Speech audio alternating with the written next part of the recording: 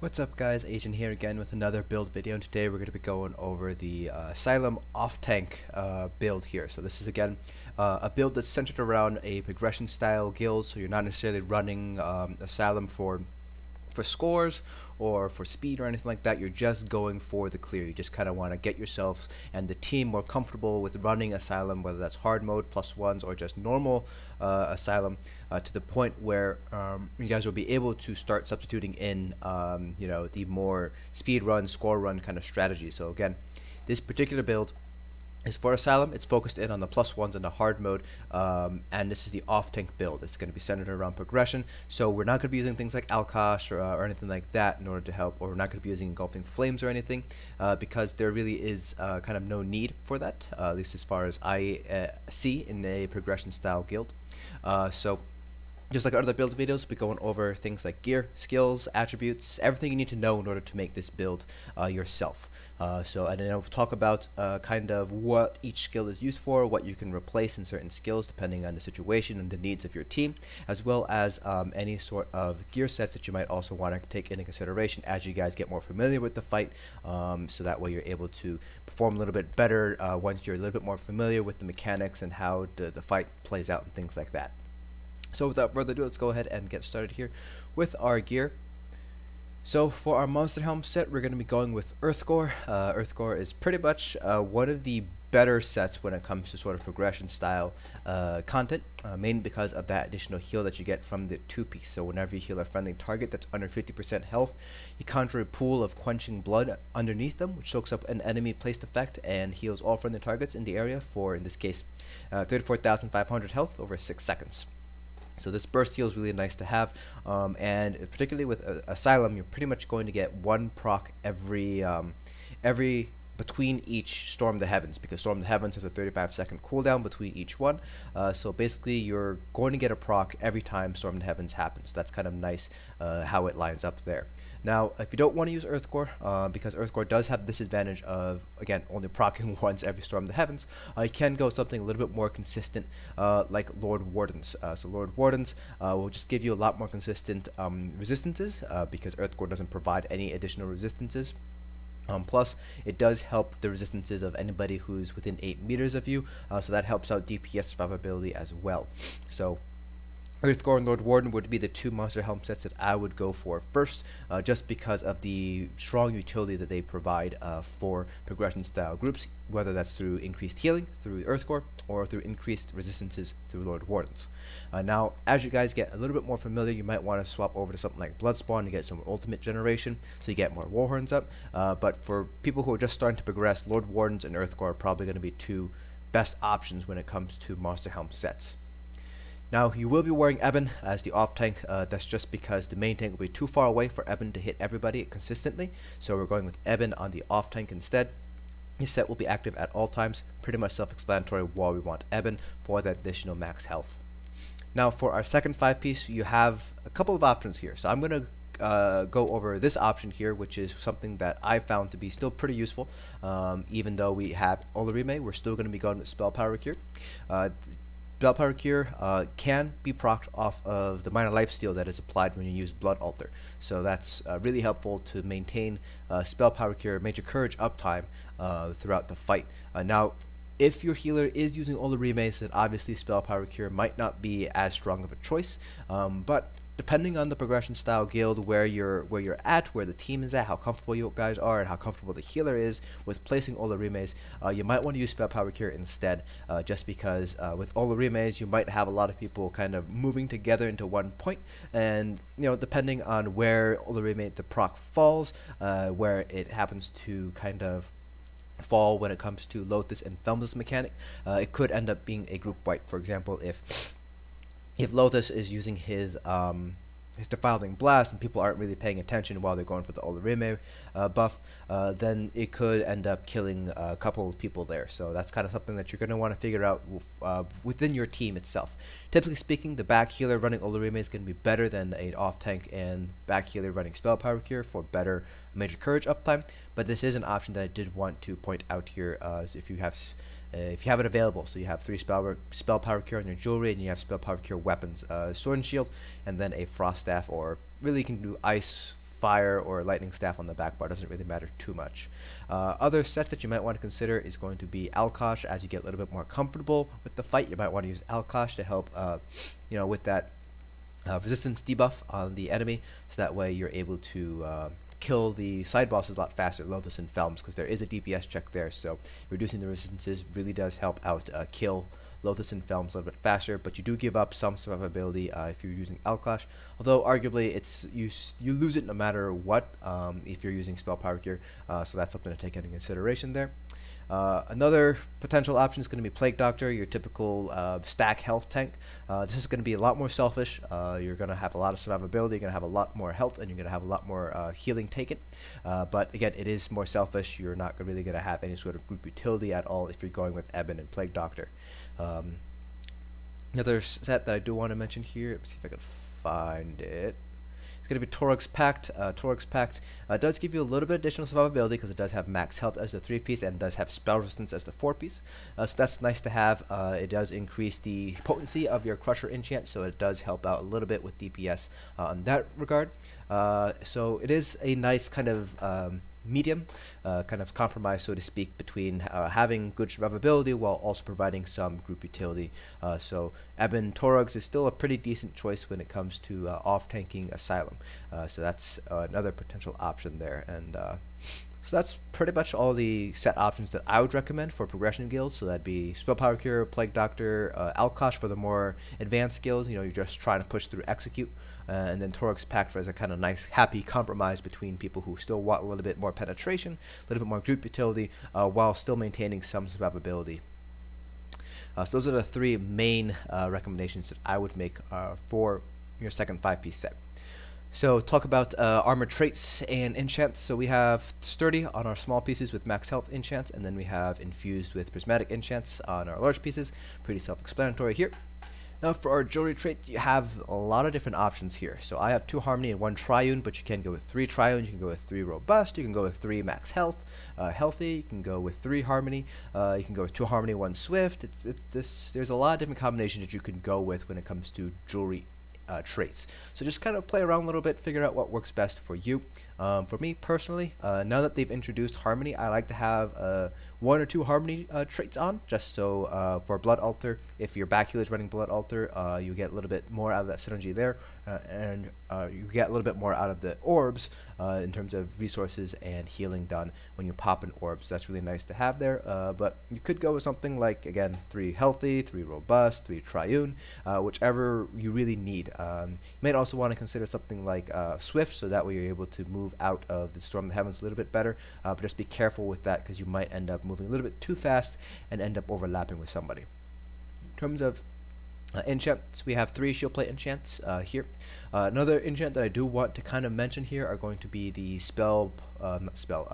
potion cooldown reduction glyphs. Those reduce the potion cooldown by 5 seconds each, so 15 seconds total if you have 3 without infused. With infused, it is reduced down to 21. So that's nice to have, especially if you're an Argonian, because then you'll be able to get a lot more resources up a lot faster.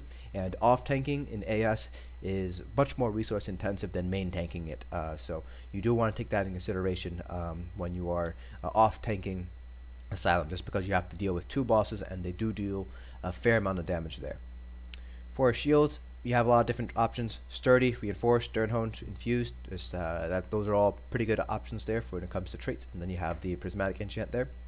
The weapons, Infused Crusher on the main hand, front bar I should say, and then on the back bar we have an Infused Weakening enchant there. You can go double Crusher or you can go double Weakening. It all depends on what enchant your tank healer is running. If your tank healer, for instance, is running Weakening, then you can go with double Crusher.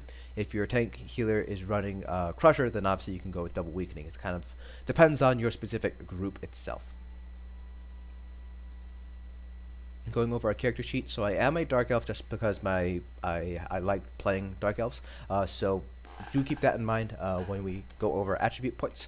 The best races for tanking are going to be Argonians and Imperials if you have access to the Imperial Edition, just because Argonians get the extra health, they get 9% max health, and they get the potion passive, which gives them back some resources every time they use a potion.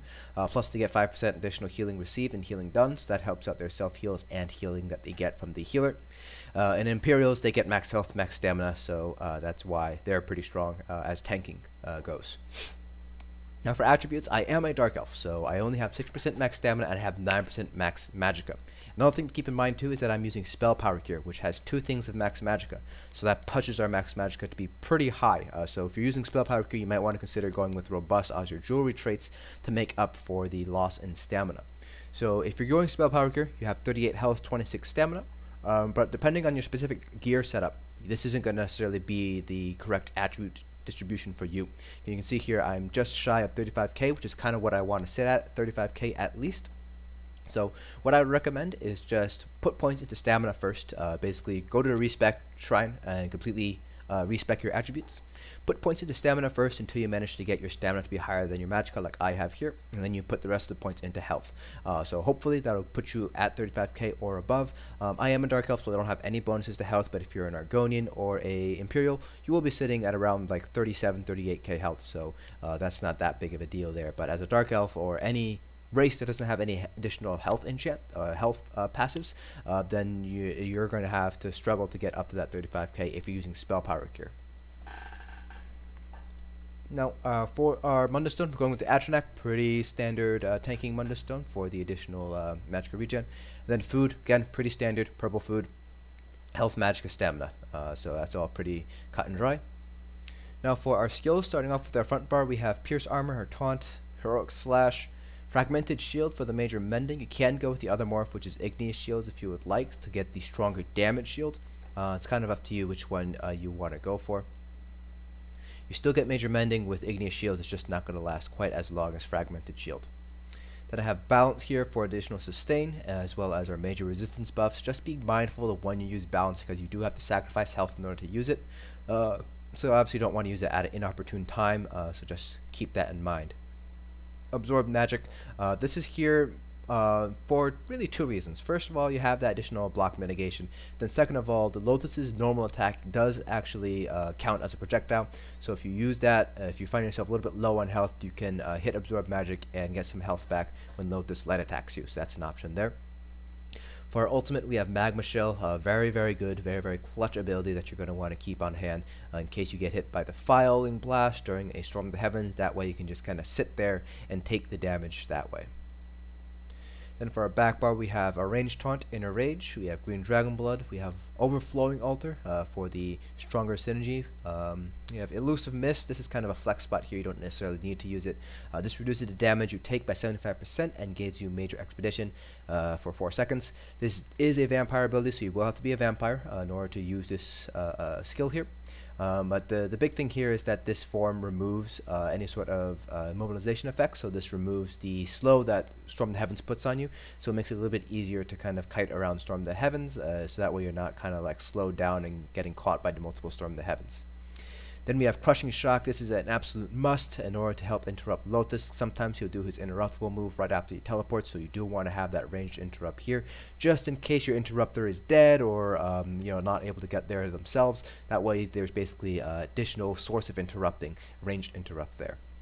And then Aggressive Warhorn, obviously for the resource boost as well as the major force. Now instead of Elusive Mist, you can replace this depending on how comfortable you are with the fight. Cinderstorm for additional healing, just kind of place it where you're going to end up, and then it'll help heal you. It also procs Spell Power Cure if you are wearing Spell Power Cure. And then, where is it? Cauterize is another option here for a nice burst heal. It's not a very strong burst heal, it's only about 3k health as you can see here, but it is a little bit of a heal and it can target you, so it is kind of helpful there. Overall, I wouldn't use Cauterize. I would probably use Cinderstorm over Cauterize, but that's just me. And then you might also want to consider using Engulfing Flames for the 10% additional flame damage. That's pretty useful to meet the DPS checks, to help meet the DPS checks on Lothus and Felms. So if you are running close to not meeting DPS check and you feel comfortable with your survivability, you go ahead and use Engulfing Flames instead of Elusive Mist here.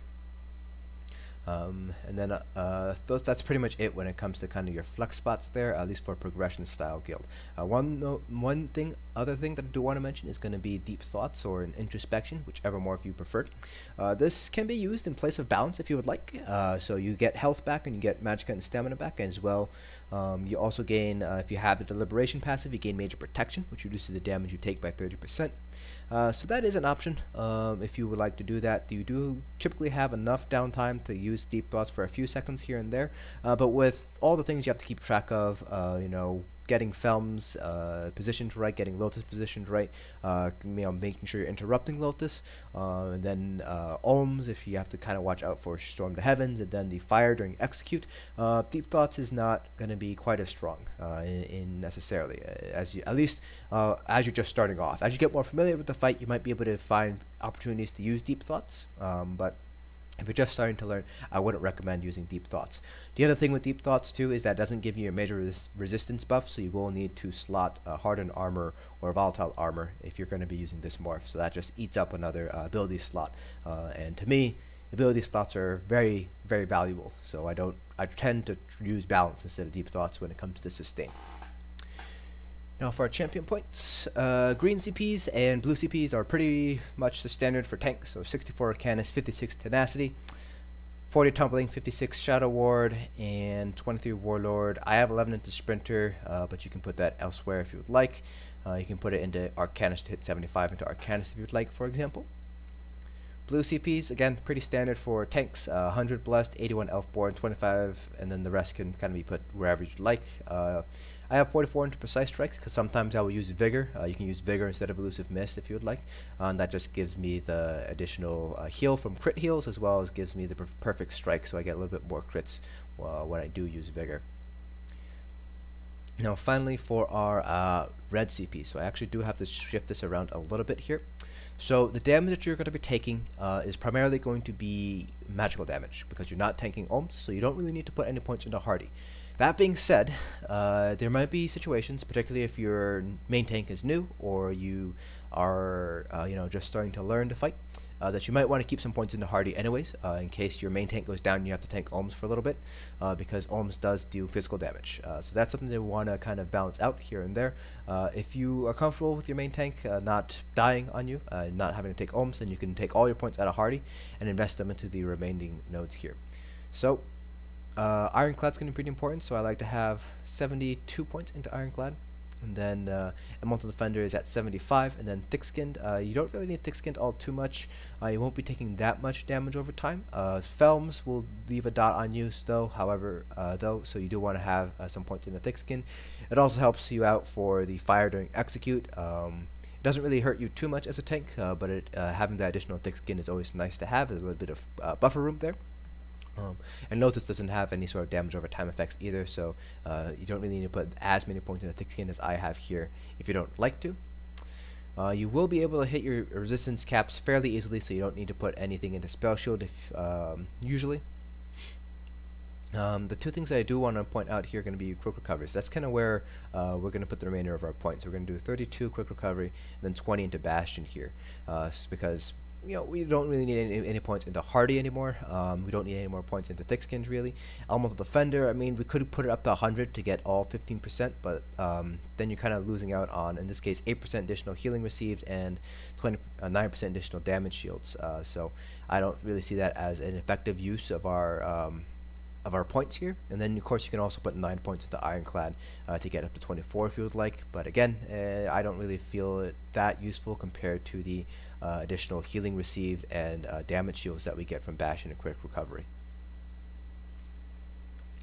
Alright, so that is pretty much it for this build video. So again, this build is centered around +1 and hard mode Asylum on a progression style guild. So that's why we're not using any sort of Alkosh. That's why the main bars that I have set up right now don't include Engulfing Flames, because right now, depending on where you are in the progression, it might just be centered around, let's learn to fight. Let's actually get to the point where we're able to get to Execute, or get to 50% health, or get to 75% health, whatever your guild is at.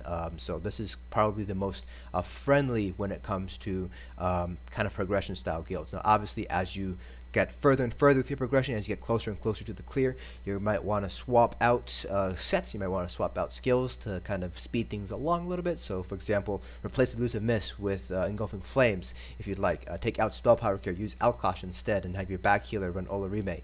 So that's kind of up to you. So that's something you just want to keep in mind here. So this build is not something that you should follow, word for word. It's not set in stone. You're going to have to kind of adapt everything to your specific raid group, where you are in the progression, what your teams are comfortable doing. So that's it for this build video. Hope you guys found it informative, and I will see you guys in the next dungeon.